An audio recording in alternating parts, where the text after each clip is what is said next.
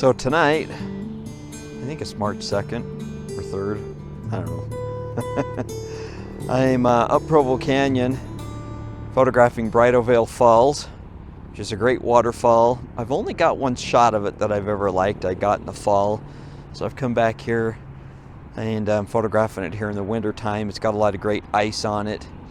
Would be better right after a snowfall, but it's on the north facing side of Mount Cascade, and so it's got a lot of shade, so it looks pretty good. Let me show you what I'm getting. So there it is. Zoom in on it. That's the main part right there. You can see where it comes down off this north side of Cascade, and it comes down and it runs down to the river. It comes down and runs into Provo River down there.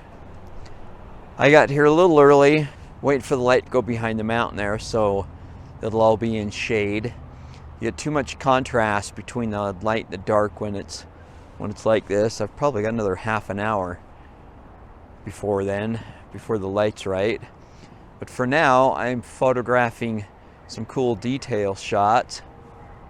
Just over in here, there's some really neat backlit trees, backlit these cottonwoods and maples that are growing up on the hill, and this cool ice flow right there. I've got my 70 to 200 lens on, and I'm just zooming in and doing some neat detail shots. I got a shot right down in here I really like of those trees backlit with that rim light of sun on them, and I just really like this time of night when you can get some cool detail shots of that starkness, just those stark trees against that white background. There's a really nice tree right up in there, and I left my 300 fixed back at the car, so I didn't want to carry my full pack. That lens is a tank. It's just heavy, and that would be a nice one from a different angle to get a neat shot of. But so a lot of times while you're waiting for the light on your main subject, you can utilize that great light that is happening as the sun gets lower and lower in the sky and get better detail shots. I really like that ice flow right there. I got a cool shot of it with the jagged peaks right there that I'll put on here. That's what I'm doing tonight. Let me show you this shot over here too. If the clouds move in, I may get this shot just as the last bit of light hits it. So this is Mount Timpanogos. I've got a fall shot of Bridal Veil Falls I call Autumn Veil. I've got another shot that I did that same night where I turned around and photographed from this angle of Timp. This is literal. If you're standing there looking at Bridal Veil Falls, you just turn around and you know, it's right there. And I've always loved this perspective. That night, and I'll put that on here, I got this great shot of these clouds came over and it snowed lightly, and all the trees were just really just perfect color, and it just turned out really well. The funny thing is about that shot is it took me forever to edit it. I liked it and just sat on it for a while, and I finally edited it and put it out just recently. I do that. I'll sit on a shot and just debate about whether I really like it or not, and edit it, and then go back and look at it and sit on it, and I finally decided I really liked it. There are some clouds pushing in, some high clouds where we might have a decent sunset, but I don't know if they're going to push this high in. But I really like that shot. This is also a good place. You can come in the wintertime with the spotting scope, though the parking lot's closed. You end up having to walk up here. But you sit up in here with the spotting scope and watch for mountain goats up on these cliffs. The goats will come over and winter over on this side a lot of times. So that's what I'm doing tonight. Just photographing It's Bridal Veil Falls here at Provo Canyon. It's kind of a tough shot to get. You have to do it vertical to get it well. It's I mean, really just a vertical shot. And you know, with the light has to just be right. You don't want any sun or just the last bit of sunlight hitting it to get the shot. Otherwise the contrast range is just too high.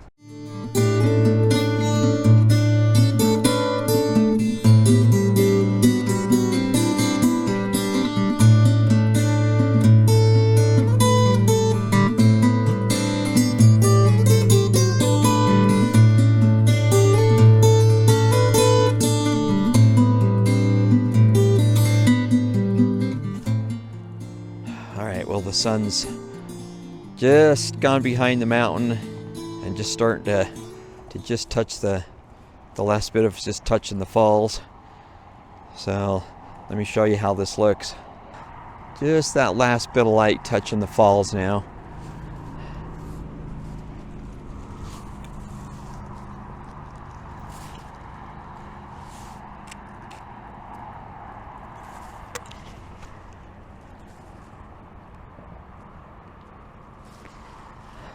That's what I just got.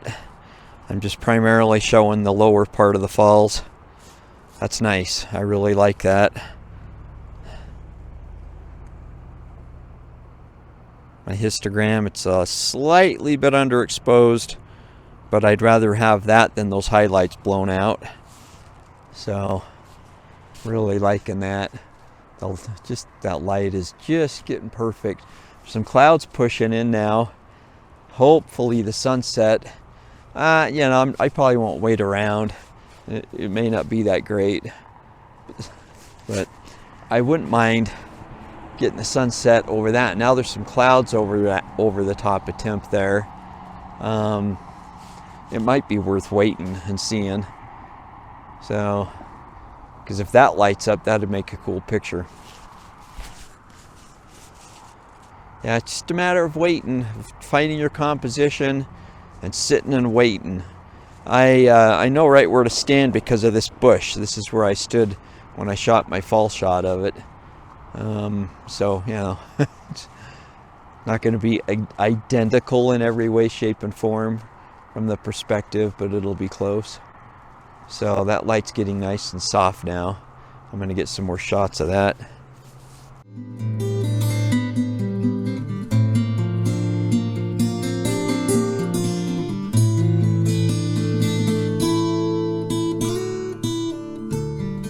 So here's one of the finished photographs. I liked this one as a horizontal shot, more showing the ice flow. Really like how this one turned out. Here's a vertical shot of the lower falls, nice and tight. I like just the closeness of this and how it brings out the ice, all that depth. Here's one a little bit further back when the last bit of sunlight was hitting the upper falls. I kind of like how it lit that up and lit up that bush up at the top glowing red. And here's one a little bit further back, a little more closer to my original autumn veil shot, with the light just lightly touching it as it had gone behind a cloud. So there's what I got tonight. I think it turned out pretty good. Got some pretty nice stuff. The light was good.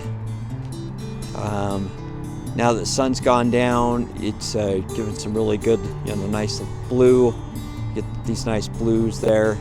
It's absolutely freezing. My fingers are cold, even though I've got these Vallerret gloves on. I like these gloves.